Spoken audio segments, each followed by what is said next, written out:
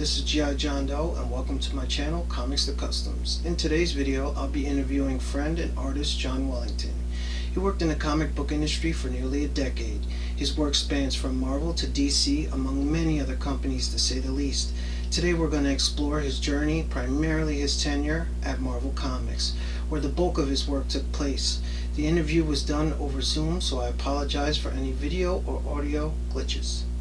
Thank you, and let's get started. What year did you start at Marvel, per se? Do you remember, or is that... I do, actually. I started in 1985 at Marvel Comics. And I remember because I was at Marvel when the Challenger exploded. We were all watching the Challenger together in the Epic Comics. So I was with all the people at Epic in that side of Marvel, and that was the big January of '86. So I started like a month or two before '86. So in '85. And do you want to know? And you can ask me that follow-up question, which is, I guess, how did you get started? So the way I got started was completely by accident. I was bartending. I had gone to art school. When I graduated from the Rhode Island School of Design, I didn't really want to work in an art job because I wanted to sort of have my art separated from my work. So I first worked at a poster and frame shop for a year and a half, and I wasn't making, they wouldn't give me lunch hours and they wouldn't give me raises. So I decided to go to the American Bartending School. Right. And I did that for 2 weeks and got my bartending degree so I could make, sidecars and rusty nails. There you go. Drinks that nobody drinks anymore. And I went around trying to get bartending jobs. I finally got one at a Sizzler Steakhouse. And then I got another one at a more upscale place down the line. And then I was actually hired to work at a Harry Trippiani bar. The people are opening up a bar. Two British guys are helping Harry Trippiani open up a bar.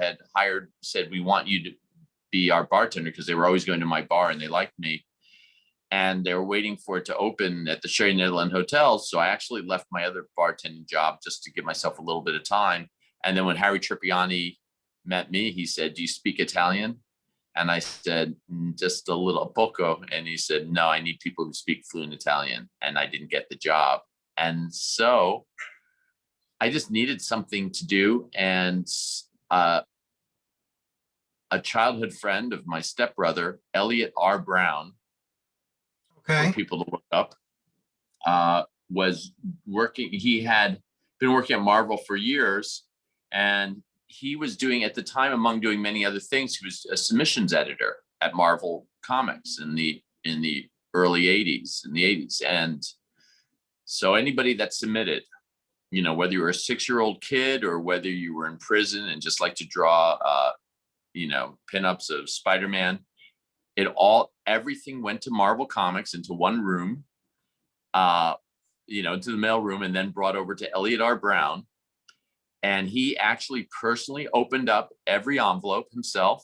Wow. And personally answered every submission. It didn't matter if you're a 4-year-old kid or a future Jim Lee. And wow. That's impressive.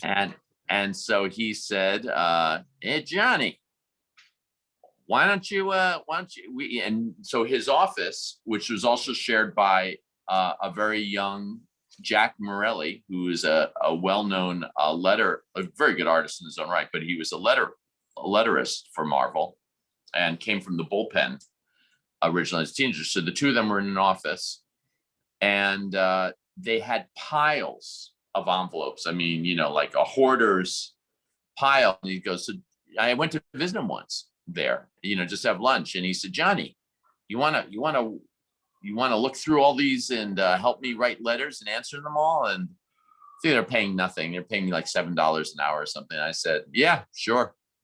So that's how I started. And Nice. I would just come in every day and work for 8 hours and go through all the submissions and write letters. I'm most infamous for writing the rejection letter for Jim Lee. Oh, wow. And Jim, and I mean, I know Jim. I haven't seen him in a while, but Wow. we played paintball together and everything. But he said it was when we were hanging out. He goes, John, I think it was told you wrote this letter. I didn't, and it was very kind. It was like, you have amazing talent. You just need to do this, this, and this. And he's like, you're right, and he did it. And now he's Jim Lee. But this Right, was a long right. time ago. This would have been '86, Wow. and then later, Incredible. yeah, I know. I'm a little embarrassed. Uh, I'm very embarrassed. Uh, but that's what we did, and we always answered everybody, and then I got to know people at Marvel. Everybody knew I was a painter and a fine artist, and I could draw, and I met somebody else, Jack Morelli's girlfriend at the time, who's now wife, and is a woman named Christy Shield, Okay. who is a colorist, very good excellent colorist, excellent painter, and she's a fine artist. And I was like 24 years old, or just, yeah, I don't think I had even turned 25 yet. And I just noticed they had a lot more money than I did. They Wow. would take me out to restaurants, and I'd be like, oh my God, I can't wait to have money where I can go to a restaurant. And she was supporting herself as a colorist and making, and he was doing lettering. And I was like, wow, Christy, can you teach me to color? And she taught me a little bit. And then I started practicing, and I kept practicing, and they would give me sample, paid Xerox pages to do the old pulp coloring, which, way, not way, excuse me, not way pre-computer, but pre-computer. Right, right. And I got my first coloring jobs, little like, 4-page things here and there, and a few things. And that's how I started. So this is a long answer, but the way I started comics was completely by accident. I needed a quick job. It's not that I didn't love comics. It's just that wasn't where my path was going. I was thinking about galleries and painting. You can Right, see, I have my palette right here and my brushes. right. And then also I'm doing submissions, and next thing I'm doing coloring. And then I became a very sought after colorist, because I really took it very seriously. I worked very hard, and I put the same type of energy and devotion into working at Marvel that I would in my own art.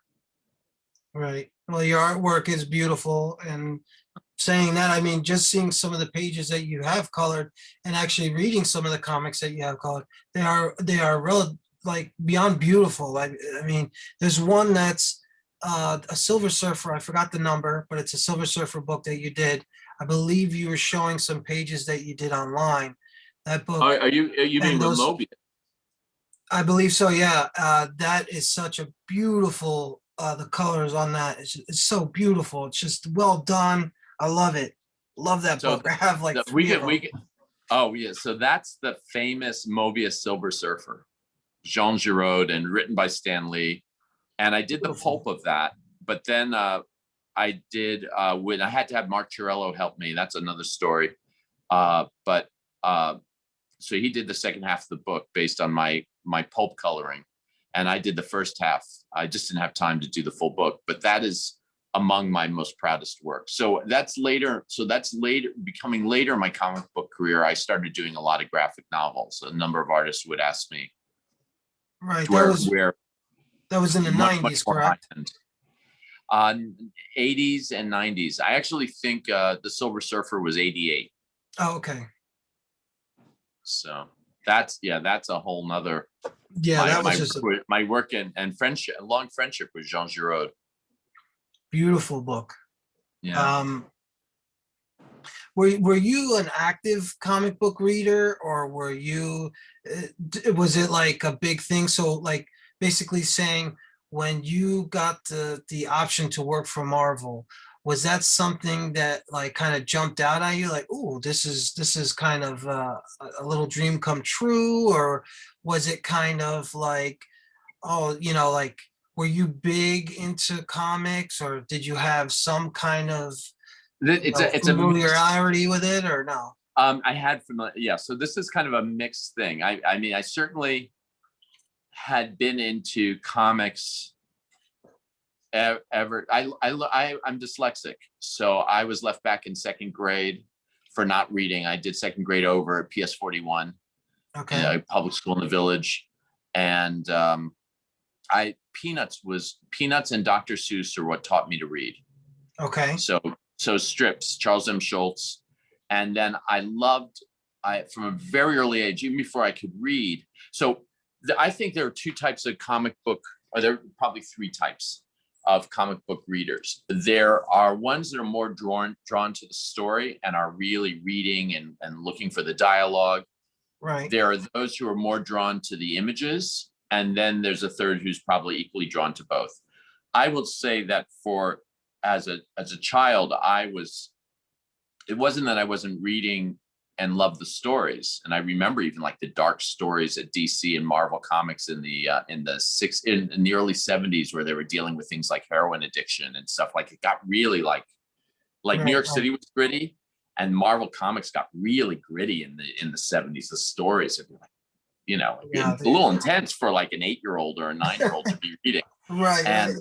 But I was always more attracted to the art than I was the story. So I did read the story, but I was an artist. As a little kid, what did I do all day? I drew. I just drew. Right. And how did I learn to draw? I learned to draw by drawing comics. So I did love comic books, but my comic book tastes were strange. Like I had in the early 70s, I guess the early 70s, I was collecting Mike Klug's Werewolf by Night. Oh, okay. Yeah, I love that. So esoteric, though. I mean, that's not the thing you collect. And I have issue 1 through everything in the plastic still, like like a near mint. I never even priced them because it just so like who reads Werewolf by Night? And I just love Mike Klug's curly hair and all my drawings. Like when I was 12 years old, all the men look like Mike Klug figures. I love Steranko's bizarre stuff. I was really into war comics. I loved Sergeant Fury and his Howling Commandos. Okay. And I loved what was DC's? There was a Sergeant Fury. Sergeant Rock was DC's answer. Right. So I love the war comics with Sergeant Fury jumping out of Nick Fury jumping out of an airplane. Right. He's parachuting,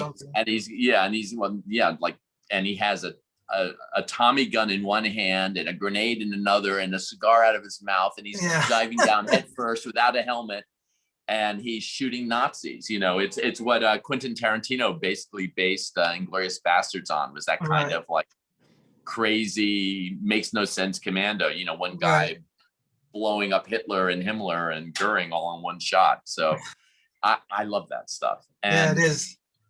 But I also loved Spider-Man when I was a kid. I flipped over Spider-Man. I think he's just so New York, right? Queens. And I loved but when my friends and I would play as a little kid, I'm going to keep telling you stories because now they're all popping in my head.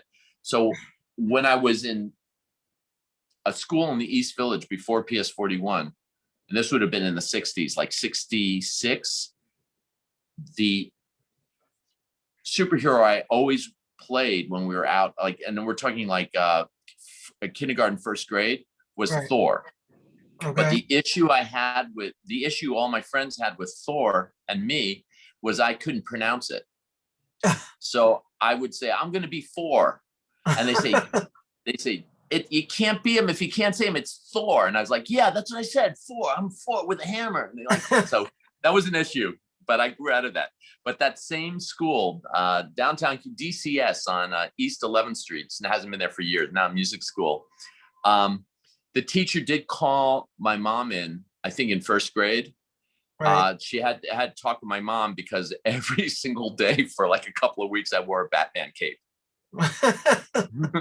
That's great. So she was like, I think your son is identifying a little too much with Batman. Maybe he shouldn't wear the cape to school. That's hilarious.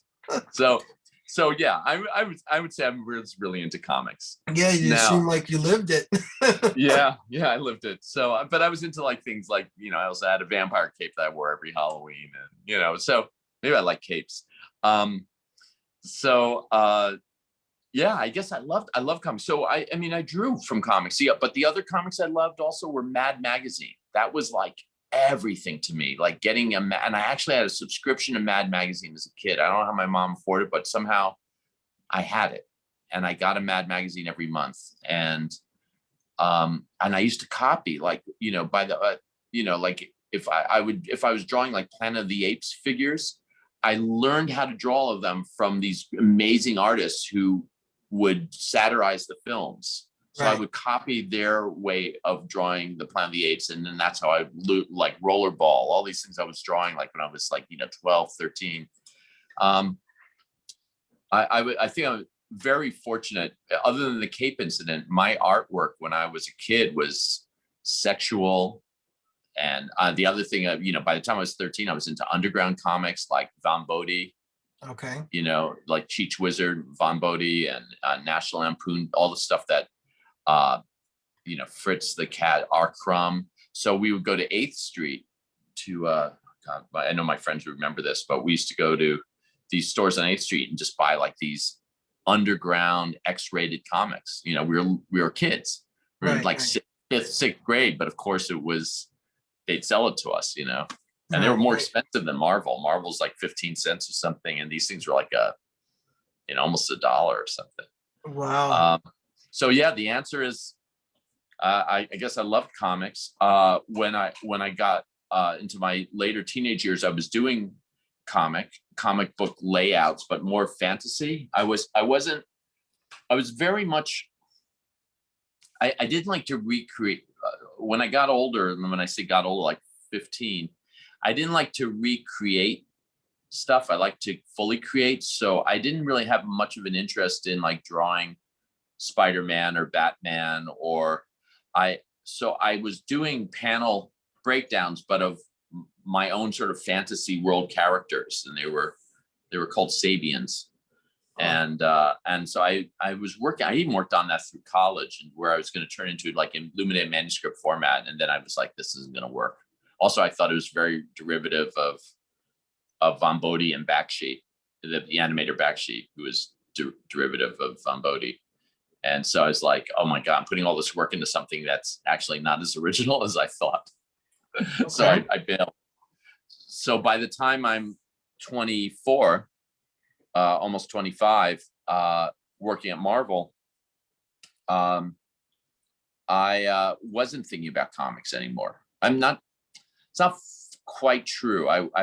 There was some stuff I was looking at, I was buying on from Epic, and some sort of Right. cyberpunk stuff I was doing, but I wasn't like going out every month and getting Spider-Man or getting Thor or Daredevil, all Right. those, the Frank Miller Daredevil. Right. I didn't Right. see all of those until I started working there. Or Walt Simonson's The Avengers, they were all being created at that time, but I wasn't following it. And then when I worked there, it was kind of, I was at that point, I was really out of art school. I was trying to be a fine artist, a painter. And I wanted to, didn't really, the comic book work was like, I'm going to say on one level in my mind was like bartending, in the sense, this is to pay the bills, but I'm a fine artist. I'm not a colorist. I'm a fine artist that's coloring comics to make a living. And there were other people at Marvel like that. Not everybody was.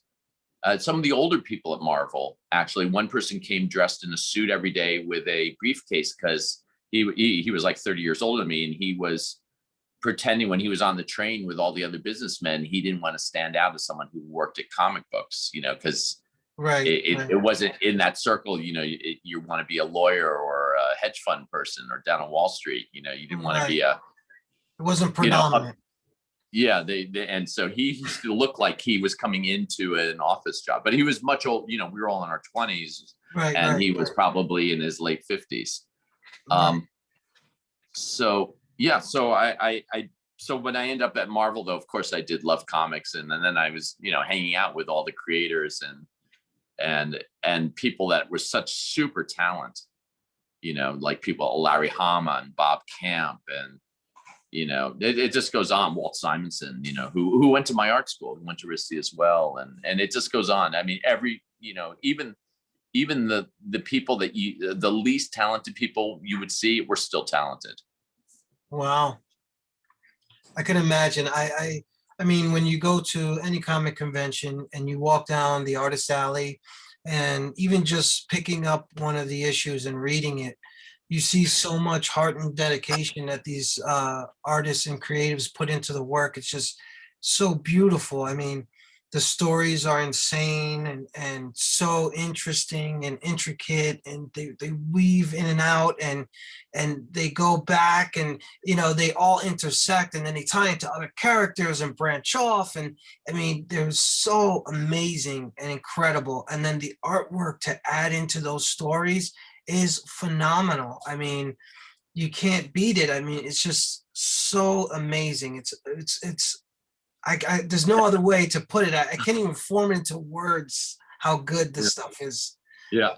So I think like your involvement in it was like, is really, or what your reaction to it is really well deserved, because I think that's what they put in. And not everybody across the board, but the people that got there really, I wasn't a true believer, even though here I just said all the stuff about comics, but I wasn't a true believer, because in my mind, and again, I'm talking about my 25, 26, 27, 28-year-old me, not my age now, which is decades later, thought comic books, fine art, so I was looking for the world of galleries in New York, and and like, opening art openings, and being high-minded, and drinking champagne, and having your work shown, and I wasn't thinking of like comic books read by kids and stuff like that. I was thinking, that's not me. Now I'm very different the way I think, because now I'm like, it's just like, I just love it all, and I don't have so much to prove. I don't have to prove myself as like trying, when you're younger, you're trying to often establish who you are by trying to say what you're not. And I think sometimes as you start to feel a little bit more comfortable, you can be like, yeah. And so I actually think a lot more about my comic book world now in an incredibly positive way. And my involvement, and when I say think, I don't think it sounds too general, like, oh, that's nice that he appreciates it. And I didn't appreciate, because I don't want to think that I didn't appreciate working at Marvel when I did, because I loved it. And we can talk about that, but I loved my time at Marvel. I mean, almost 100%. But when I say appreciate it now, what I mean is I appreciate the stuff I was doing in coloring and comics in the 80s and early 90s. I'm now incorporating into my fine art. That's what I mean by appreciating. Not like, oh, I appreciate. I mean, like, I'm actually, when someone looks at my washes that I do, or looks at something, go, well, it feels a little comic booky. I'm not like, how dare you? It's fine art. I'm like, great, because that's part of my life, and that's part of what I've done, and I want that influence in my work. So if you're getting that, you're getting it. Like, that's a good thing. Where I think if I was, and it's interesting, because my work in my 30s was very grayish and dark, and very, I didn't want to use color, and now I'm just the opposite. Now I actually think more in my mind like a comic book colorist. Like, how can I use this to have great impact? How can I not necessarily make it real, but make it magical, make it like, wow. And that was how I colored comics. Wow. So real quick, just to touch on that. Now, as a colorist, what was it? What did your job entail? Like, what was the process of being a colorist? Did you, I know you inserted the color into the pages, or designed the color layout, but how did you go about doing that? Like, what was your process? Let's talk a little bit more on that. Okay. So the full thing, the main thing to remember, and this is for anybody who's starting out and wants to be, or at least the way it used to be. I know things have changed now. So this is how it was back then, is that comics are it's like theater production. It's like, or making a movie, it's not just the star actor, it's people who are doing lighting, sound, and Right. sets, and it takes a whole team. And Marvel was like that. So this was a setup. The Marvel at Park Avenue and 27th Street at the time. Every editor had an office, and that office had an editor and assistant editor. And what their jobs were, they were producers, and their jobs were produce not necessarily one book, not one title, but sometimes, they would have 7 titles or 9 titles or 20 titles, whatever they had. Wow. And that was their job, that every month they had to get out a whole bunch of titles. Now, to get out a title, like, let's say, you're Mark Grunwald. I think Mark Grunwald was doing it was Avengers and Daredevil and all that stuff. I forget, but you can tell. You can always see the editor, and you'll see that they all have on a number of books, and their assistant editor. That meant for every title they had to have a writer. Right. Now, a writer could be broken down into 2 pieces. That could be a plotter and a scripter. Oh, okay. So a plotter is somebody, let's say you have an idea. Okay, you know what I'd like for this run? I want Daredevil to meet this crazy American guy with a tattoo. Do you remember him? And Bullseye, or? Yeah, he's popping pills all the time. He's a little nuts. And I mean, this is going to be the whole story. That's the plotter. And the plotter can give it to somebody and say, now fill it out with dialogue. And then that means you have 2 writers on the book. Or you can have someone who both plots it and actually writes down, the captions and all the dialogue. So, all right. So we'll simplify plotting it and dialogue to 1 writer for this example. So that's one person that the editor and assistant editor have to wrangle in, meaning that they have to know the whole direction for that year of the characters and what's going to happen. Is Spider-Man going to get married? Is, what's going to, it's like a showrunner on Game of Thrones or Walking Dead. Right. And then then it goes to the, I think then it goes to the inker. Okay. Right? Not inker. No, then it goes to the letterer. Oh, I'm sorry. I went from writer. Excuse me. Edit that all out. I'm sorry. I was skipping ahead from penciler.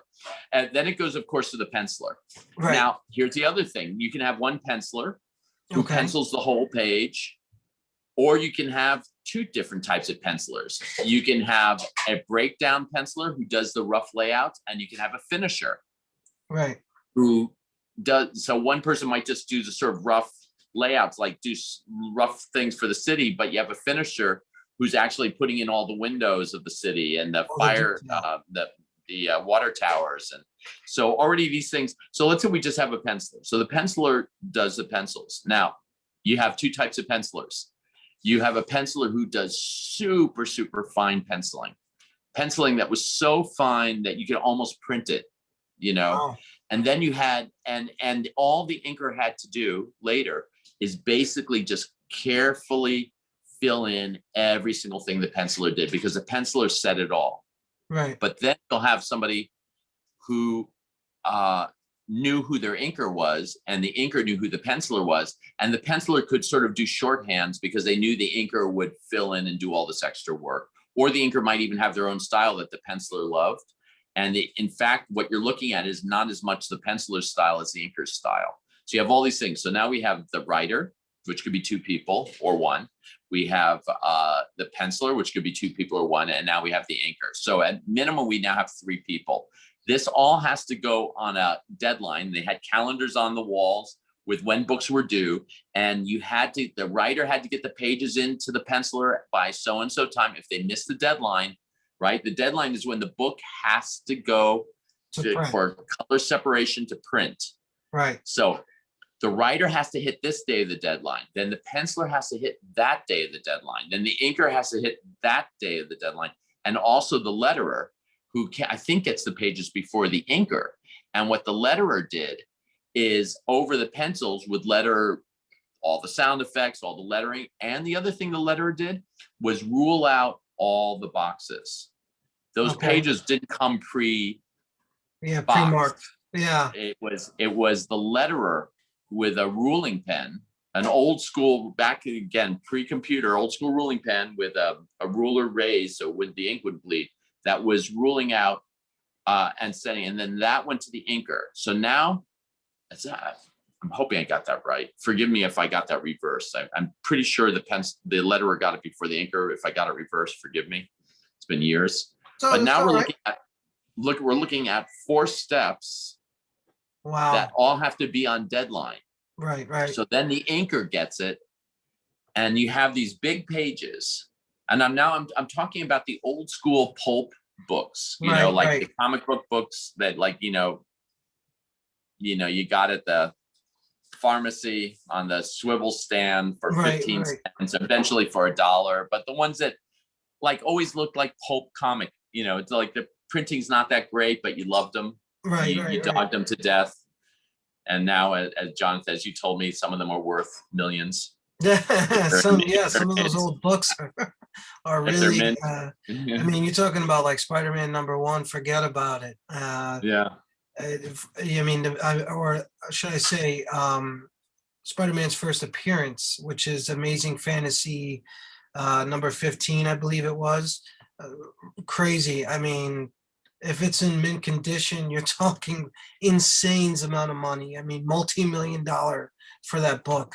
So, there's quite a few out there, like first old characters when they first appeared, their first appearances, when they first came out, those books are worth so much money because of all the uh, studio productions that they've done, the age of the character, age of the book, just the condition of the book also, determines value, all that stuff. I mean, we're talking One day about. I should go over some books I think I have, and you can give me a sense Yeah, of well, them. you said So, that you had Werewolf by Night. Werewolf by Night, quite a few of those books, like the first appearance of Moon Knight, Moon Knight is in one of those Werewolf by Night books, and that book goes for quite a bit now, especially that they're making the Moon Knight series for Marvel. So wow. yeah, if depending on the condition and everything, you might have like a little Be gold line there. Yeah, that'd be nice. Could use one. So the point of all of this stuff about hitting deadlines and Right. the editor, which is like the producer, trying to wrangle all these different talents and personalities, and you have to remember that usually it's 22 pages in a pulp book. That was standard. And here's the thing: everybody missed deadlines.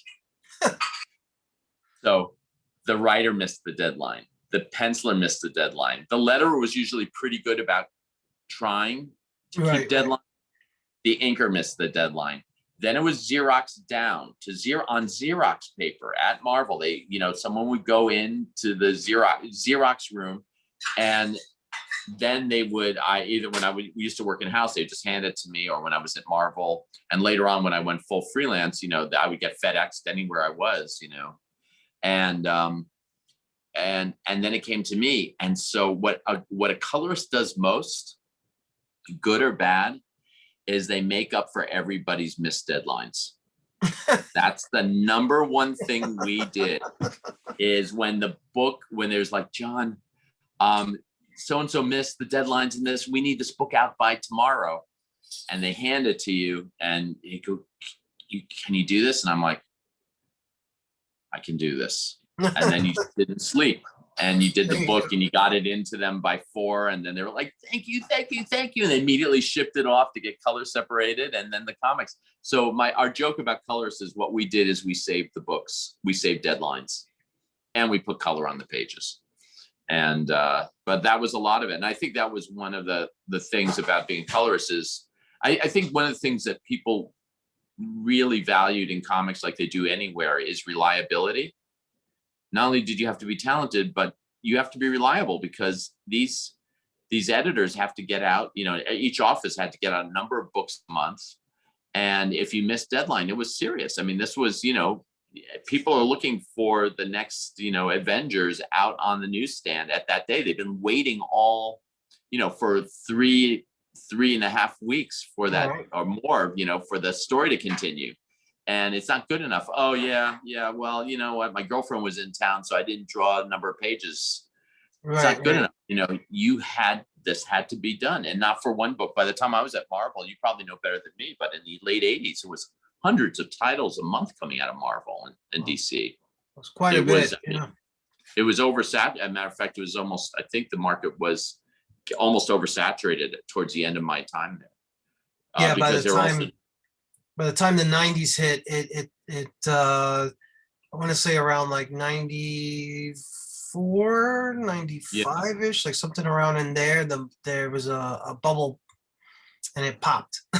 we felt it not in the 80s, but we felt it by the early 90s. There were just so many titles. So at the time when I started working at Marvel, I was living in Greenpoint, Brooklyn.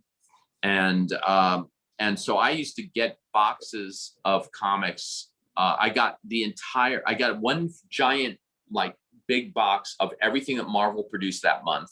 Wow. And then I got another giant big box of everything DC produced that month. And they were called like the bundles. Right. And so I had so many comics. So I would always keep the ones I was interested in, but there were a lot of kids on my little street, Clifford Place in Greenpoint. A lot of Polish, Irish, Puerto Rican kids, and everybody would they would, and my painting studio was in it was like a railroad flat, but I had like a little big window, and I was on the first floor. And so if you walked up the steps, you could knock on the window. Right. And, so I'd be painting and I'd hear, John, you got any comics? And I go, yeah, sure. And I'd open up the window and I would hand each kid, like, in Goodfellas, like, how much money do you want? And they say like this much. Yeah, it's like that much, sure. And I just hand out comics. And so that was really fun because the kids, the Greenpoint in the 80s, it was like it was good. It was like it's a neighborhood, and so the kids would come. I was like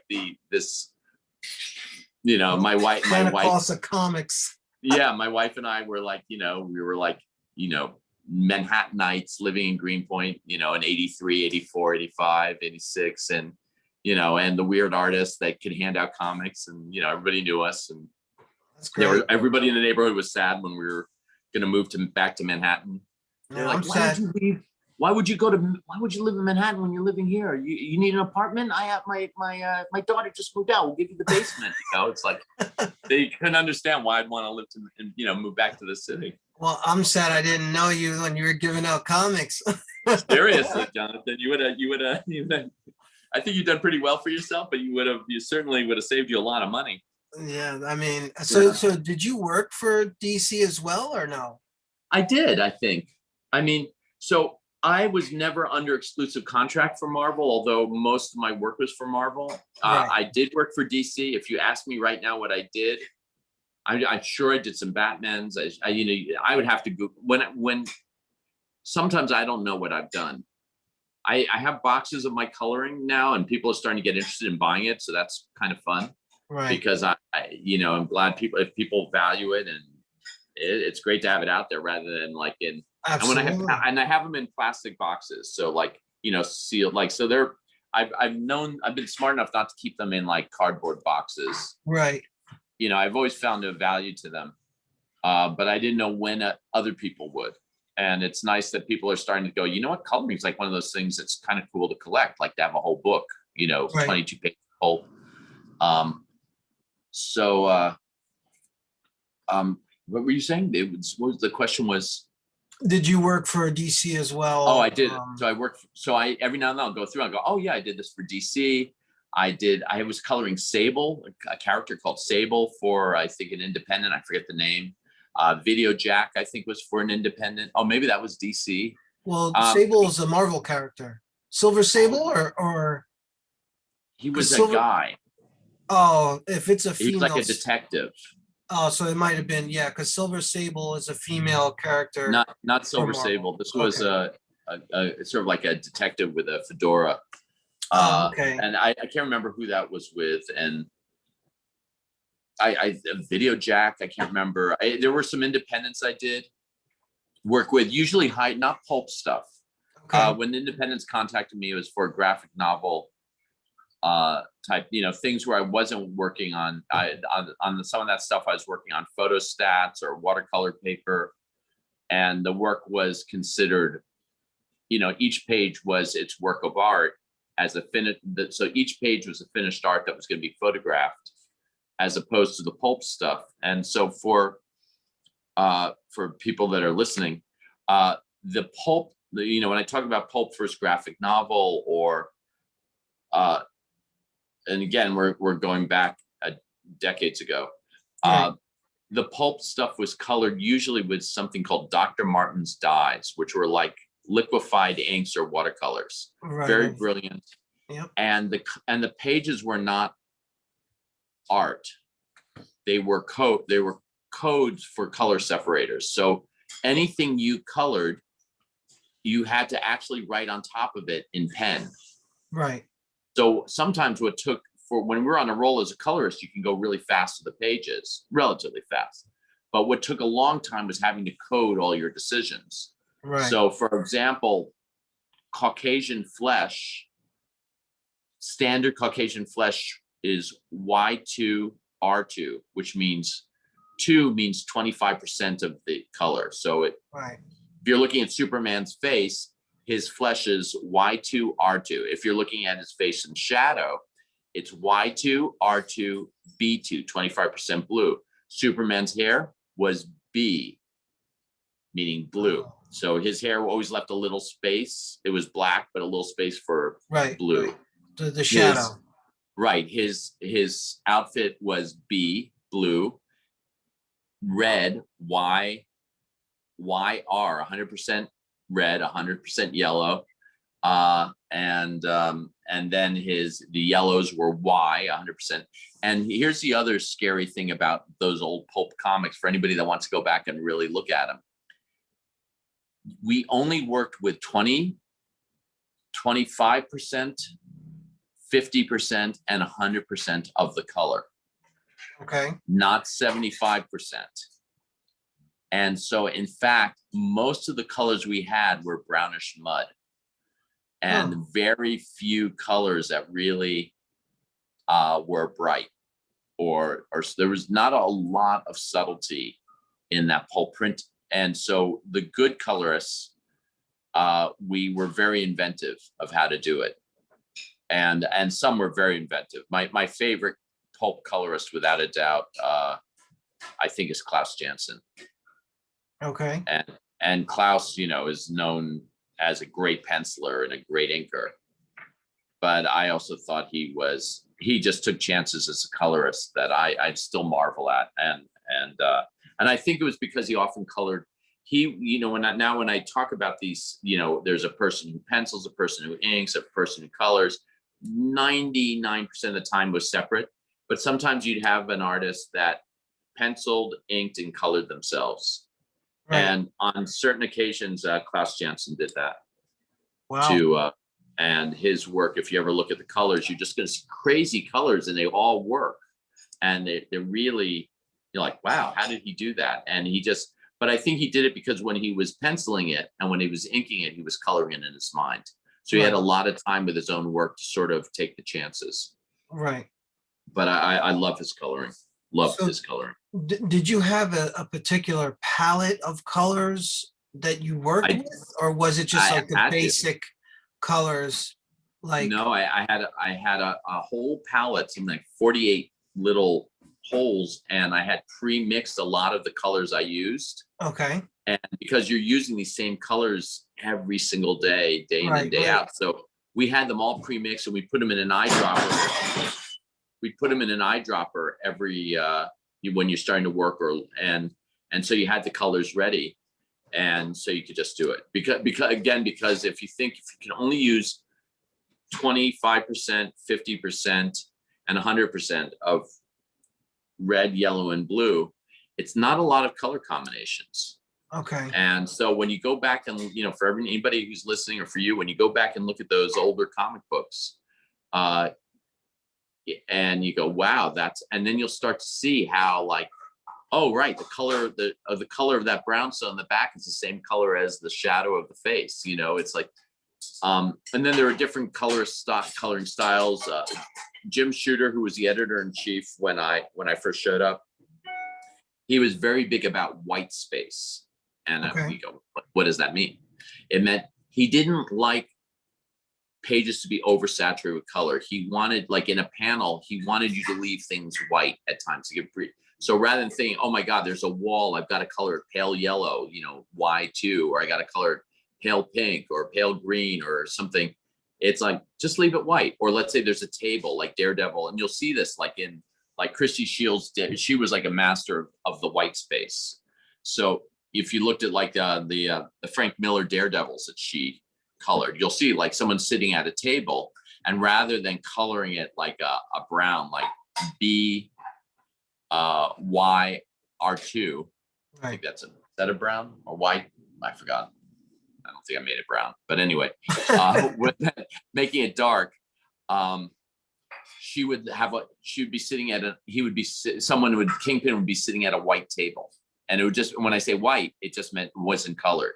Right. And so there's this idea. So if you start to look at the comics of the later 80s, you'll see that they look a little bit cleaner, a little bit sharper. They don't look as colory bookish. Right. And there's sort of more of like a minimalist kind of cooler look to them in a way. Okay. And it's just interesting to see the styles, like they certainly don't look like the coloring of the 1970s. Right. And so that was how I was taught, at least, for the pulp stuff. It was, Jim Shooter was like, okay, if you're going to color, it's white space. I go, okay, white space, and so when I was learning, that's how I learned. Eventually my graphic novel works, I at some point I just found my own voice, and but I thought what he was saying was very good. Actually, I thought it was excellent, and it certainly gave a super clean kind of what felt modern to comics at that time of like 86, 87. You look at some of those. Again, I'm talking about the big titles like Avengers and stuff, and they just look great. So with all that was Dr. Martin's dyes, and we were and after you colored a book, if you weren't coding it as you were going, afterwards you had to code it, and you couldn't just make up any color and make up a code. You really had to know, you had to sort of pre-mix all the colors you're going to use and know what codes they were. I mean, you really had to know what you're doing. Right. Now there was an exception to this, even as I was working there. Certain imprints like Epic were being printed not on pulp but on glossy pages. So the coloring was the same. They still gave me Xerox paper, and I still had the color and still had the code.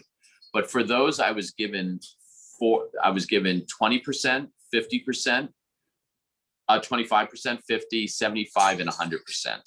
Okay. So, and I was allowed to do not a new thing, but something new in comics. I was allowed to do airbrushing, which meant I wasn't actually airbrushing, but I could blend, let's say, a red to a yellow. Right. And I would do the code, and I would do an A, like an anarchist A with a circle around it. Right. And that the airbrush, and the color separators would do an airbrushy effect. And you'll see the works in the later 80s, the glossies, coming, like things like a one that I colored a lot was Carl Potts wrote Alien Legion. Okay.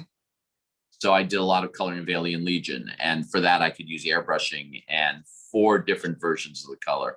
So there's a lot going on, but they're always trying to find their way. I colored for graphic novels. I colored on different papers. The Mobius Silver Surfer that you talked about, the famous one when we did the graphic novel, that was something called Blue Line. Okay. And Blue Line was, they took the original artwork and they transferred the black art onto artboard, like really good quality artboard, and in blue lines. Right. So they called it Blue Line. And then what I did was paint on top of the blue line, sometimes obliterating the blue line. And then an acetate sheet was laid over it with all the black lines back. Right. And that was photographed. So the work I was doing there was all original art. And what you'll see in some blue lines is if the acetate didn't quite, there's always like a little bit of shrinkage in the acetate of the black lines. So sometimes you'll see things a little offset. Okay. Sometimes some books will look better than others. You know, these are all the issues. And during that time, Akira was being published by Epic, and it Okay. was Yeah, yeah. Ali Graphics. I forgot his coloring company. But what's his name? He colorist, but he was starting to do everything by computer for Epic. And I don't know what that entailed in 1986, but I have to imagine it wasn't as easy as it is now. Probably And not. but it was, I think it was called like Ollie Graphics or something. Maybe you'll find it out. But anyway, it's on all the, the Akira, the Japanese comic. Right, right, right. Right. So it was all in black and white in Japan. And when it came here, he colored it. I will say those books are gorgeous. I mean, his work, he had a whole team working for him. They're outstanding. And I can't even imagine how hard it was to color a page by computer in 86, with an old Apple that was crashing all the time and, trying to separate and do all these effects. But they're marvelous to look at. And I still own all my Akiras. Yeah, Today. that was, I remember as a kid, because I remember when that became huge when I was a kid. That thing was, I mean, oh, Kira, oh man, So yeah, yeah, that was it was a big thing. I do remember that. So that was impressive. But now that fast forward to today, if I was to, let's say someone said, John, I got to have you color this, Right. it all now would go back to, it would all go to computer. Right, you wouldn't right. be, when you look at my coloring, you're looking at painted pages and Right. and I used gouache. That was, I teach gouache now, it's my favorite sketch medium. I just love it. It's where I do all my art studies. But that's also was my favorite medium for coloring comics. So those pages, like the Mobius pages that I'm starting to sell now, I mean, they're kind of like when you lift up the black acetate and you look at all the gouache on the pages, they're really works of art. And I appreciate it at the time because some of these pages, I signed every page back when I was doing, like, I knew then that, like, I didn't sign it on the actual printed page, but on the the page itself, I signed Wellington, 1988 or 19, because I knew that these things were really kind of had some sort of artistic value. Yeah. Right. Absolutely. So you mentioned Werewolf by Night being one of your favorite characters. What other favorite characters do you have? Do you have a particular favorite or maybe a type of genre or something? So Werewolf by Night when I was very young, like third grade, fourth grade, but also Thor before that and Batman before that. I think as I was getting older though, I always loved Batman. I just love the darkness of it. I love the Dark Knight. I love the Batman Detective Comics. I like just how dark it was. And also when I was a kid, the Batman TV series with, oh my God, he just passed away. Burt Ward and, the one in color that was on when I was a kid. Okay. Oh my God, please forgive me for forgiving the Adam West. Adam West. Thank you. Yeah, I love that show. I mean, I didn't have it. I didn't have a color TV at the time, but I used to go to my grandparents and watch it in color. And I was just like, I just love that show so much. I didn't realize it was a spoof when I was watching it, because I was a little kid and it was just coming on. I didn't realize then when I watched it when I was older, I was like, oh my God, this is the campiest show. I still love it. Yeah, it is. Yeah, but it was played for laughs with great actors. And so I love Batman. I loved Spider-Man. Loved Spider-Man.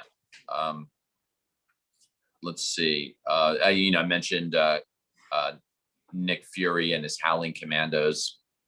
Before Nick Fury, Agents of S.H.I.E.L.D., when he's fighting Nazis. But then I loved Nick Fury, Agents of S.H.I.E.L.D. when it was Steranko. And and then all of a sudden it's Red Skull, and I love that. I mean, so Avengers, I love, I like the Fantastic Four a lot. I'm trying, when I say love, I'm trying to think what I was drawing of a lot. Right. And this is a different generation. Ghost Rider, I was like drawing all the time. I mean, a Burning Skull was like a no-brainer for me. I think I'm still, I think if someone searched hard enough, they'd find a Burning Skull in my paintings today. Hulk, is fine and stuff, but I mean, there's some like I actually used to draw Ghost Rider over and over again. I mean, I think I could still draw, not like Mark Texiera, but I could still draw Ghost Rider, like if you asked me. And what else?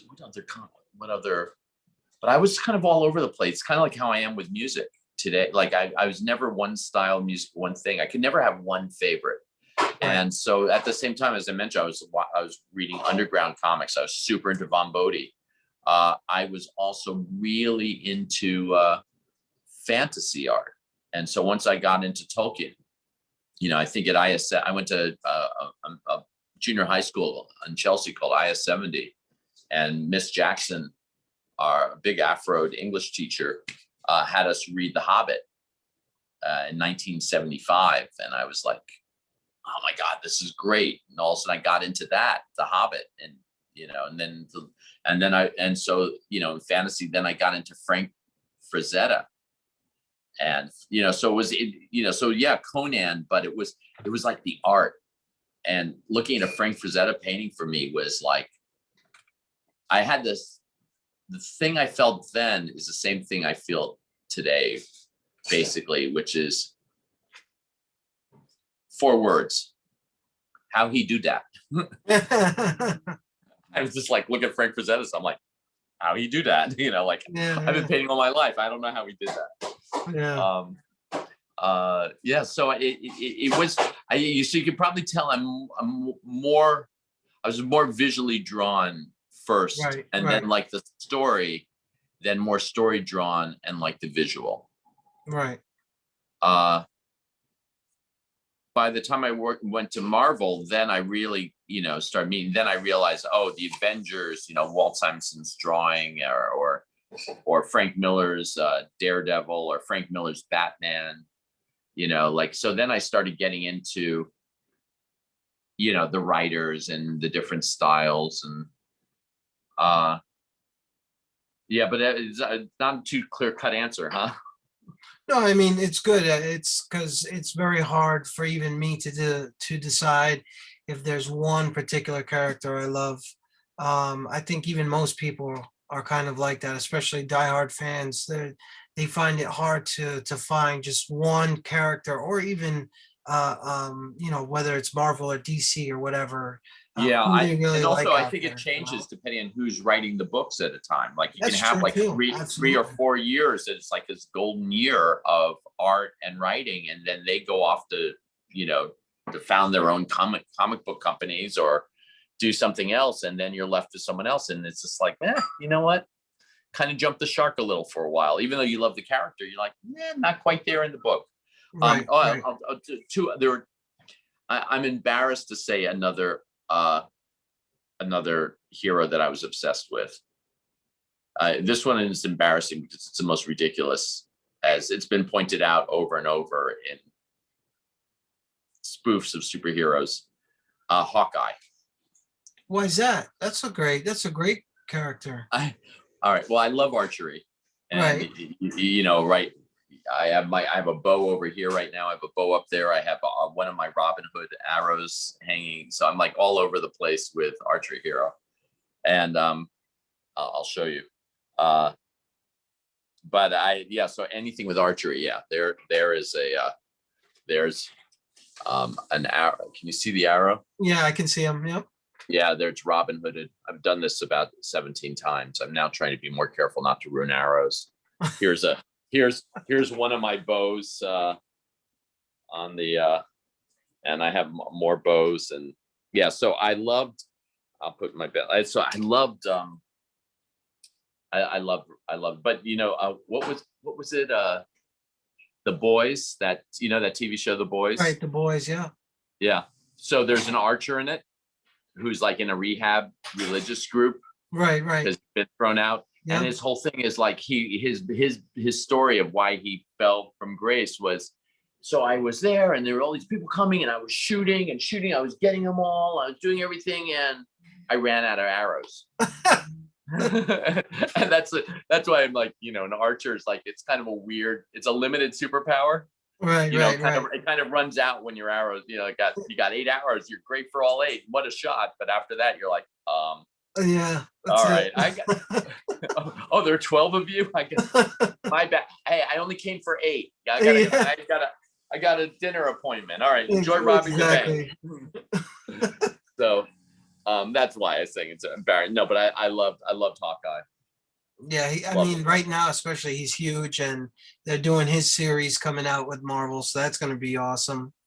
Yeah. Um, let's talk about what was a typical day like. Was there when you worked you know, as a colorist, was there a typical day where it was like, oh, get up, go in the office, and then, like a 9 to 5, like in and out thing, or was it Absolutely. Absolutely. totally So, different? there was absolutely like a 9 to 5 ish type thing, but I'm going to say ish because the ish is the big part. So, when I was doing submissions with Elliott Brown, I was in the office every day, 5 days a week. And then when I was coloring, often I was coloring there too, because, they had drafting tables and stuff. And also we were all hanging out all the time.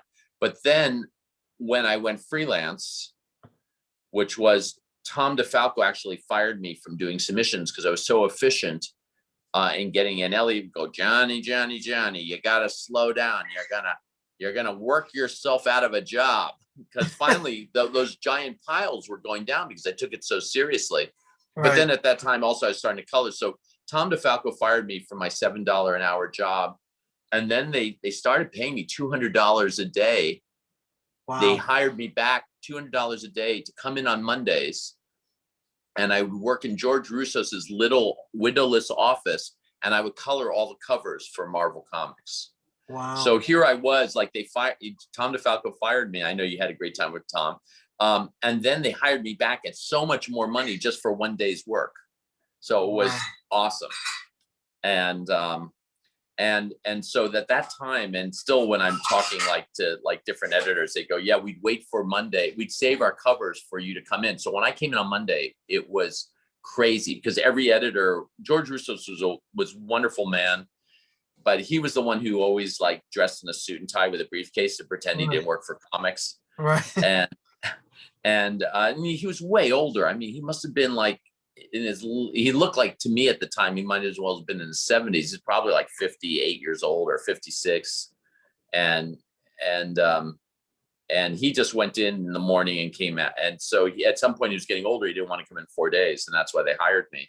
So all these editors would save their covers for when I came in because, everybody, I was young. They loved my coloring. And so I was so busy that day. So but when I would come in, the whole thing is always coffee from the deli. There was no cappuccinos. There was no lattes. There was no frappuccinos. There was none of that, and, your coffee costs 25 cents. And it was it was in that Greek cup. Right. And it was either overburnt or good. And you sweetened it either with sugar or milk. And, our big foods were things like the big decision is, do I have my coffee with 2 packs of Twix or 1 pack of Twix? So there was a lot of sugar, a lot of coffee, and we all did that. And it was great. And so it was a lot of work. Everybody was there to work and, call artists and do deadlines, lots of practical jokes on each other's offices, lots of going around, because was in those offices, it was kind of, you had the bullpen and then you had the offices all around the bullpen. Right. And so, and then you had some off offices, which were more business. Eventually they bought 2 more floors and they expanded up. So then you had sort of the creatives all on one floor, and then all what they called the creatives, which were all of us. And then you had the suits. Right. So I spent a lot of, even when I went freelance and was working at home in Greenpoint, I was still in the office a lot on like every Monday, and then sometimes they would have me come in, when some colorist couldn't do the deadline, and there's just a big social aspect. So I would say all the office doors were usually open. Larry Hama's office was called the bunker because it was kind of like when he came in, there were filing cabinets, and you sort of had to get past it to get to Pat Redding and Larry. Pat Redding, she was Larry's assistant. She's an amazing artist on her own right. And I would say, I think I mentioned this to you just when we were talking, but if you were a 12-year-old and you thought you loved comic books and every day you were reading comics and you just said, and the teacher asked you, what do you want to do when you grow up? I want to work for Marvel Comics, because you had this dream that if you showed up at Marvel, everything was going to be fun and everybody was going to have a great time and everybody was going to be like, kind of like geeking out, before people were using the term geeking out about comics. Right. And all this talent was going to be there and people were like having, throwing paper at each other. And it was like this wild, zany time. And that was your fantasy when you're telling your second grade teacher that you want to work at Marvel when the person next to you said they want to be a doctor. You were right. That's what Marvel was like. It was everything that 11 or 12-year-old kid's fantasy about working at Marvel was, but better. Wow. It was just amazing. Now, does that mean there weren't like conflicts, sometimes with suits or people getting fired or conflicts with money? Absolutely. But for the most part, if I have to think back over those years, the 7 or 8 years I was at Marvel, 9, yeah, I guess, it was wild. And, we all hung out on weekends together. It was the time when Mike Tyson was young and trying to regain, unify the belt, a young Mike Tyson. And we used to go to the guard. We used to watch his fights, or Ralph Macchio. Ralph Macchio was the editor of Daredevil, actually. Now that I'm remembering, we used to go to his house in New Jersey and all watch the fights together at pay-per-views. And back when pay-per-view had just started. And we were all Howard Stern fans, and there was no sort of, now you can't blast Howard Stern on the radio, but back then in the morning, everybody's office had Howard on. Right. And, again, this is the 80s, and Sam Kinison. And Elliot found at this toy store these guns that you pumped and they shot these rubber bullets. And so he bought one, and he was shooting at Jack and I in the office. So then then he took us to the toy store. So we got him, we started shooting at each other, and then it spread. And all of a sudden, I'm trying to think of, maybe one day you'll talk to Elliot, we'll see if I'm exaggerating. 25 people all bought these guns. And then we started buying multiple of them to get the clips. Wow. And Elliot would cut the clips together so we could have extended clips of these bullets. Wow. And we would walk around.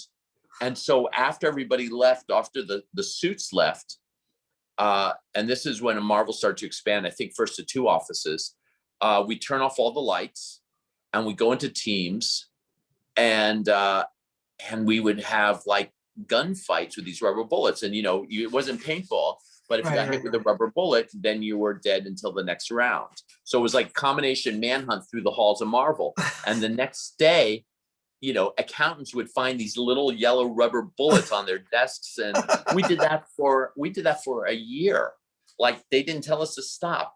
And, I mentioned Tom DeFalco firing me. Yeah. Well, he was, the day he fired me, he had his gun and was playing, and he was crouched behind a desk like this. And I went up behind him and I unloaded like 8 bullets into his back. Very satisfying. So that led to the Marvel paintball team, the Marvel Punishers. Oh, nice.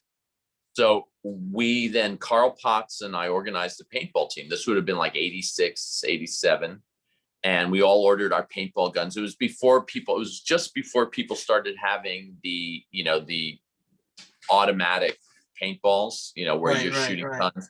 This was still when you had to hand pump on a CO2 cartridge, like one shot at a time. Right. But we were getting and we used to go and play paintball against, white nationalists in Pennsylvania at a place called Wolfenlair.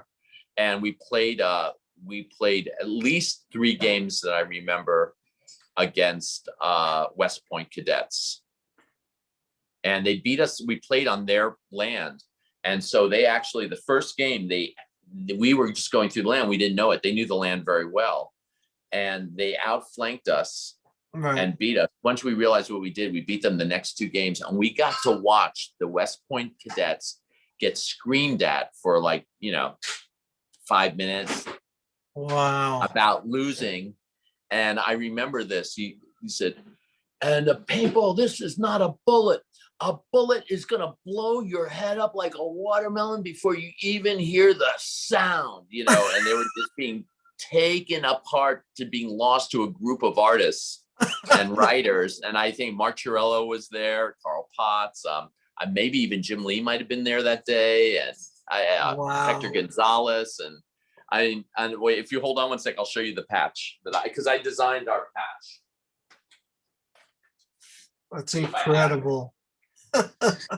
What a great story. So it has to be one of your best moments. It was a great moment. Carl Potts and I were just talking about it in the last year or so. And this is how important this moment is to me. So what are we talking? Let's say 86. Right. We're in 2021 now. And it took me one moment to find my Marvel Punisher patch that we all wore on our. That is awesome. That by the way, I designed in gouache, and Carl Potts got it sent out to get embroidered. And we all had. And by the way, unlike the cadets, which all had the standard BDU. Jonathan, yeah. So at the time, the camouflage was different, but that camouflage, that's standard. Right. So they were all wearing the same camouflage. Meanwhile, our camouflage, I had some I was wearing Portuguese camouflage that looked like fall and Carl, so our camouflage was completely irregular, which actually made us much more difficult to identify. Oh, wow. Because what happens is with camouflage, if everybody's wearing the same camouflage, there is camouflage recognition. Right. If you're knowing what to look for, especially in close combat, you can start to spot, you're not looking for the person anymore, you're almost looking for the camouflage. Right. But if everybody in our team, nobody had unifying anything. And so in a way, West Point would invite paintball teams to come play them. Right. And they had an A team, a B team, and a C team. And I don't know if I would be really curious to know if they still did that. But it was really fun for us. Yeah, my Marvel Punisher. That's awesome. And there are photos. So Jonathan, if you go on Facebook, you'll see photos of Mark Chiarello and me posed in our camouflage and stuff, and with our paintball guns and looking like paintball warriors. Right. That's so incredible. I guess that. And then we used to get these airsoft BB guns that were made in Japan. Right. That are truly must be illegal because they're exact replicas of Mac 10s or Heckler and Koch. Whatever. Those are big right now. They hold tournaments with airsoft. Huge. I've seen them in industrial buildings and stuff. Absolutely. They hold some war games with those. They kind of do pretty much the same thing with paintball, tournaments and everything like that. But, with these, it's all, just the airsoft pellets. There's no. They hurt. Oh, they do. They have a sting to them. Absolutely. Yeah, the paintballs did too. We used to come home, we just be covered with welts. Yeah. But when we did with the airsoft guns, this is in the late 80s, early 90s. Right. We wore goggles that had for these, they had mesh on them. Okay. They weren't clear goggles, they were metal because these pellets could break a goggle. Wow. So we were doing that not outside. We were doing that at the Marvel when I said they expanding the floors. We did that on the abandoned floor. Oh wow! And that's when they put an end to all our shenanigans after work. Yeah. That's when they put an end, is when they saw us doing that, and they're like, "You guys got to stop this now." And also at the time that the Marvel was just starting to change. you Okay. know, and like all things. But so a lot of us who worked there then, and before me, and it started I started kind of late in the game because I started in '85, but a lot of the people I got to know were all there like in '80, Okay. '81, a few years. So I was coming into a crazy, and not the gun stuff happened because of Elliot, and then it spread, uh, but the culture was there that I came into.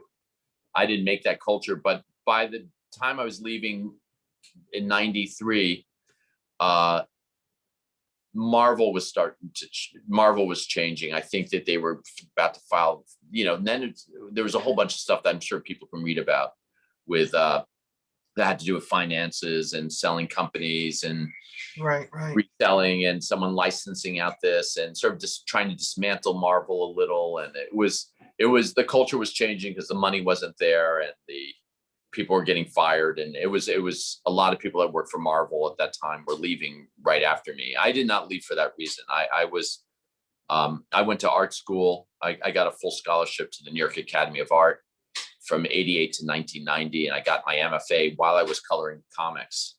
And that's Right. one of the reasons why, like some of the books I would do, like the graphic novels, I would do half a book, was only because the rest of the time I was in school and doing so much homework. I didn't have time to do some of the big projects. I couldn't do a full big project, so I always had to have a friend help me.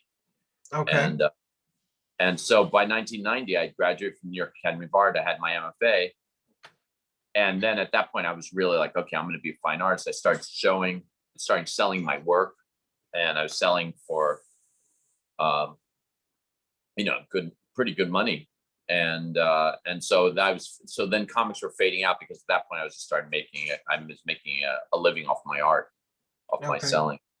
But I think I also got out at the right time because I got out when Marvel was just starting to not be the same sort of dream that it was for all of us. Right. So the culture shift kind of made you feel like the work that you were doing, your fine art work was more um, meaningful and productive and so on and so forth, or how Yeah, would, well, I was always doing comics to support my fine art. right. So as soon as my fine art was starting to really pay me and people needed me to paint, do paintings and commissions and things like that, So then when you're in a way, then I didn't need something to support it anymore. I was supporting it. So that's why I faded out. But I also think that had I, let's say I hadn't started selling my paintings and I stayed at Marvel, the culture was changing. And I think at some point it would have been for me, I would have had a lot of the same experiences a lot of my friends had, okay. which wasn't great in the '90s. It was, a lot of people left Marvel, went to DC, started independents. And I think the comic book industry, you know more about this than I would, but Jonathan, but I think the comic book industry really changed in the mid '90s. Yeah, You know, it took quite a hit, and it was there was a point that Marvel things did not look good for Marvel at all, and it was kind of like a miracle that reinvigorated things for them, doing the whole movie aspect of it. Blade, doing the movie Blade was love that movie. a turning point for them. And even though they really didn't make any money on the movie per se, they what saved them was the re ignition of the interest in the comics themselves. So a lot of people were like, "Oh wow, Blade! Oh, Marvel comic, what's that?" And then they started generating new fans and stuff like that. And then as they did the trilogy, Marvel started making a few more bucks off of it. And then with Spider-Man, even though they kind of leased the rights out to or sold the rights to Sony and stuff like that, it was there was some momentum there. And it wasn't until 2008 when they made Iron Man that really, when they did it for themselves and they cut out the middleman, is really when they kind of took off. and save their company there. Yeah, and that first Iron Man movie is spectacular. But I have to say, Blade is a movie that I even have a Blade. Well, I think somewhere we have the Blade 12-inch figure, like really super highly well done, super, like Absolutely. complete like GI Joe level, but not GI Joe level, like higher level than GI Joes. And Right. I feel my son, who's in film,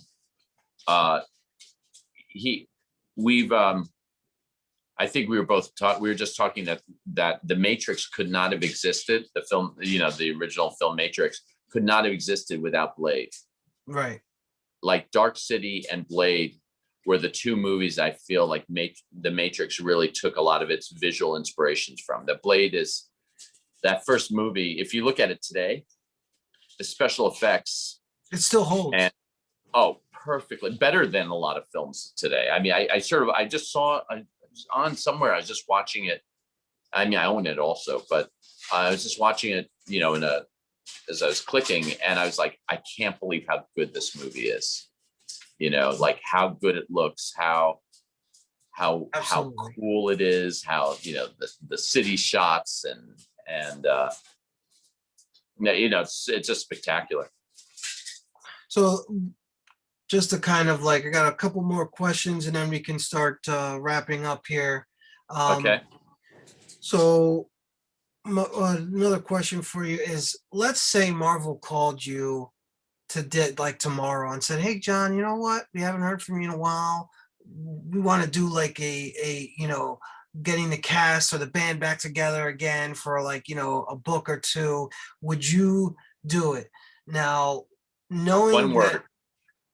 knowing that Marvel kind of changed over and went to Disney and had that kind of long run, and even though, like you said, there was a time there where things got a little rough, and so would you do it? Would you go back? One word. Points. Points. Absolutely. I mean, but points is how all the artists made money. So the way you made money as a writer or as a penciler or an inker was you got paid by the page, right? But you also got points on the sales of the book. Oh, okay. So Frank Miller wasn't making money by writing per page. He was making money when Daredevil was like their number one seller, and he was getting points off like when the book was selling 1 million issues per month, as opposed to, let's say, I'm just thinking like Rocky and Bullwinkle, which was selling 11 issues a month. Right. The points, and that meant you got a check. That wasn't like buy your art, it was percentage. It's like like when actors get back end receipts on the film. Right. And I think I was the first colorist to ever get points on a graphic novel. I think I was doing something with John Romita Jr. I think it was like a Daredevil. It was a big deal. Daredevil, Wolverine, some of the graphic novel I colored, and I got points. And all of a sudden I started getting some big, back in like 1990, whenever that was. Do you know which one I did? I saw a Daredevil and Punisher one that you did. Was there one with Ghost Rider? And there was, I believe there was a Ghost Rider. I believe there was John Romita Jr. And it was a really great team. I saw one that you did with John Romita Jr. See, the thing is, like, I use a app called Marvel Unlimited, and they don't have all the. Usually, you would think that it's because apparently it's owned by Marvel and they upload all the stuff, and I love it. It's a great thing, but they don't have all the books scanned in, and they're behind, on some of the stuff. So I know of 11 of your works that are definitely on that app, and then I Googled some of your works as well to see what else I could find. And there was, I think when you Google so much stuff. Yeah, so a lot of stuff. So that was the first thing I got points on, and they would never give a colorist points on the pulp stuff, the ones I was coding. Right, But on right, the graphic novels, at some point they wanted me and they offered me points, and I got like a half a point, and the penciler got, the writer maybe got the largest. So I was getting less money than the rest of them. But even the checks I started getting, I was like, oh my God, all this this makes up for the all-nighters, this is like money now I have to worry about my taxes. And and and that was great. So yeah, my answer would be yeah, of course. I mean, if I was with the right team, I'm at this point in my life where it would certainly be fun to color a comic again, and certainly, I know Photoshop. I mean, I would do it unless that someone requested, like, oh, we want to go old school, right. like I could do it in um in Photoshop and do it easily. But I would want to do a good project, and I'd want points, and I'd want to do it for the money, and I'd want to be a fun project for sure. Right. Not like if someone's like, oh, do you want to start coloring a book again? And I didn't like the artist's work, or I didn't, I thought I drew better than the artist. I don't know if I'd be so into it, you know. But I Right. would, but now I do it for, as they say in England, shits and giggles. I mean, it would be fun, It'd be like, yeah, I'd love to, and yeah, that would be. So I I mean, I like, have to be careful saying this because I was asked to do some stuff, and I said no, but it was because it wasn't stuff that was fun. right, right. So I know that you mentioned Elliot Brown, you mentioned Bob Camp, you've also mentioned Carl Potts, you mentioned a bunch of names. How many people from back then do you still keep in touch with? Because I know you mentioned about three or four guys, maybe five guys. Do you still see a lot of them, or I at do, least say yeah, hi, or yeah. So Larry Hama, uh, Vincent Waller, uh, and then a lot of people on Facebook. I okay, think Facebook's big, but in person, I mean, people like Bob Camp, Elliot Brown, or on by we have phone calls or whatever, have lunch every few months because they don't live in the city, New okay, York City. Uh, let's see, yeah, Carl, none of them do. Um, yeah, I mean, there's a certain group I stay in touch with, and then when I'm at Comic Con, like there are a lot of people I just know and friendly with that aren't like people I actually have lunch with, but like Mark Texiera I know, and Walt Simonson, there's just people, even Tom DeFalco, after all these years we talk, and I've forgiven him for firing me. Well, I should always thank him because I did, even at the time, I thanked him because he fired me, and then I immediately a week later I was making like so much more money. Um, but yeah, I mean, so like going to the artist alley for me is really just seeing a bunch of people I've known for decades, but some people like Carl Potts and Bob Camp and Elliot, Christy Shield are people that I've stayed in touch with for years, and are friends. To some I see more than others. But what's crazy is right out my window here, right down the block. I'm looking. No, actually, he's the building next. Is Klaus Janson lives there. oh wow, And I was always very friendly with Klaus, but I haven't seen Klaus in years, and I never run into him in the neighborhood. I've wow, I've lived in this neighborhood now for 20 something years, and I don't remember ever running into him. And wow. I really really like Klaus, and I love his work. I mean, I just can't tell you how he just his penciling, his inking, and his coloring have just blown me away. And he's right here. And of course I could, but you end up having all these, in life you have there's so many people that you don't even get a chance to see all your family sometimes, let alone Yeah, all your. absolutely. Yeah. So I guess it's a small group that I still keep in touch with.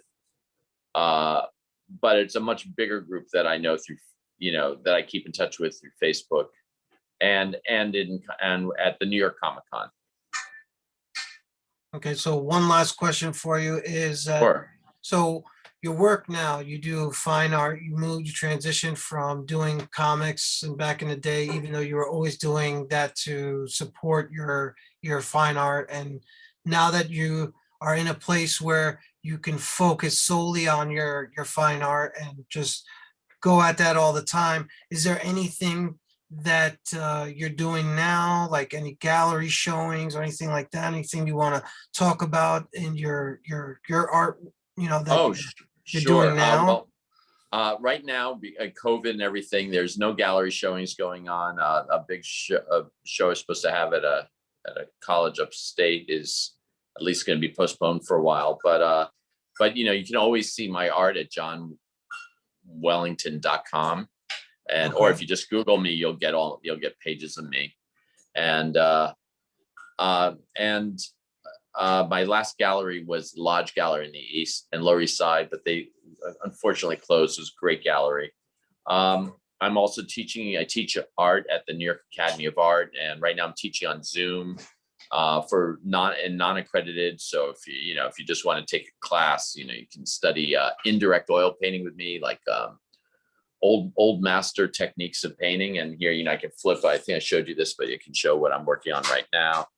Okay. And so this is, and right here, this is like a blue underpainting, feeling very comic booky. And you can even see now you can see the comic book influences of my art. And there's the archer, this is Diana or Artemis. She's got an arrow. And so this is the painting I'm working on. I was going to actually do a little bit more painting. I ended up doing more talking. But that's what I was here for. So, and this is my studio.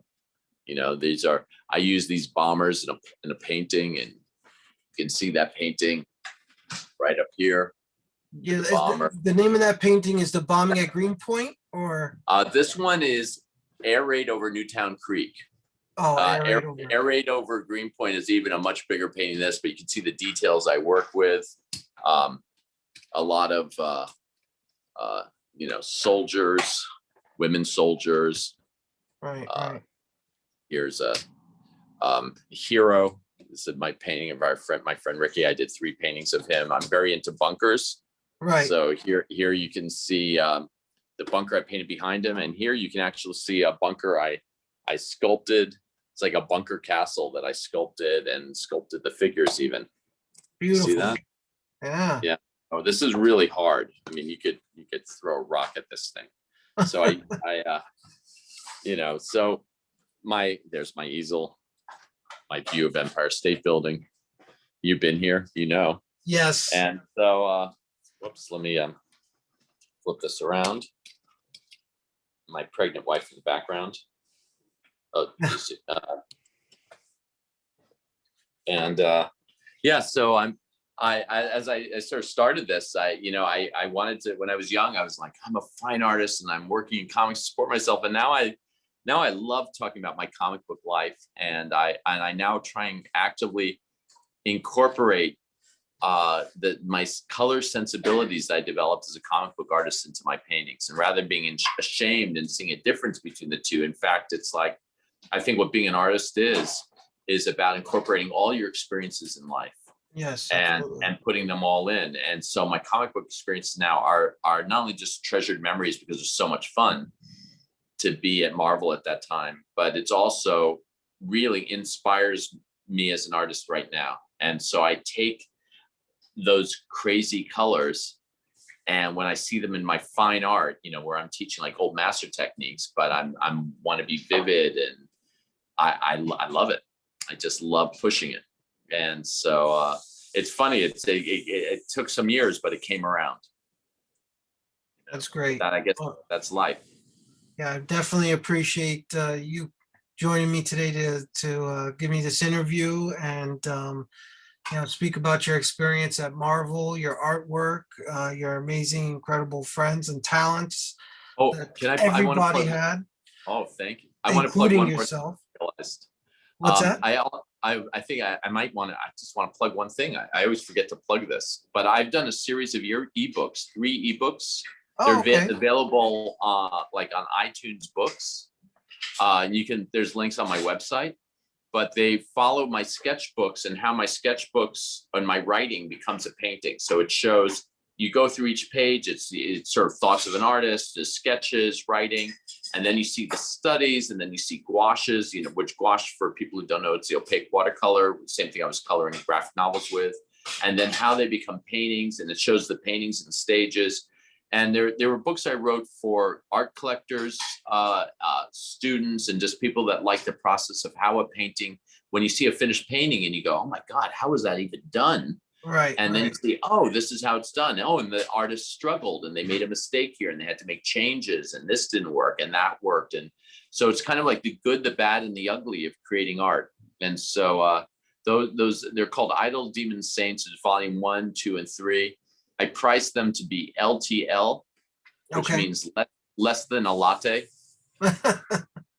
So again, you can only get them digitally and through Apple, but I think 2 of them are $3.99 and 1 of them is $2.99. So I priced them very low so my students, I wasn't ever to make money out of it. It's just as a way of really just trying to share information about the creative process for people who just want to know, how do I start? How do I get that inspiration? How do I find who I am? And you see that, you see, oh, well, it just comes from all these different places, all these different sources. And that's what these books are about. It's really the process of creating, because sometimes you'll see some people's finished products.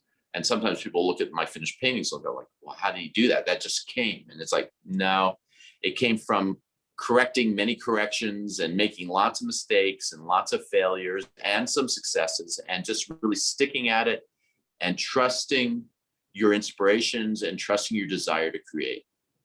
And that's what the point of those books are. And it really takes them through the journeys and sort of sharing all my thoughts about the devotional attitude one can develop to make art. Incredible. That sounds great. I'm gonna have to check them out for sure. Oh, you actually, Jonathan, you'd really enjoy them. You need an Apple device. That's the Oh, one. I have tons of Apple devices. Oh, then you're golden. That's the one Yes. downside. But that's the way I was able to sell them for almost nothing, Excellent. Excellent. Well, thank you, John. I appreciate it. Okay. We'll speak again soon, and we'll talk about some more stuff about Elliot and Bob and all those great guys. And enjoy your night. And it was a pleasure to have you on. So thank you very much. My pleasure, Jonathan. This was great.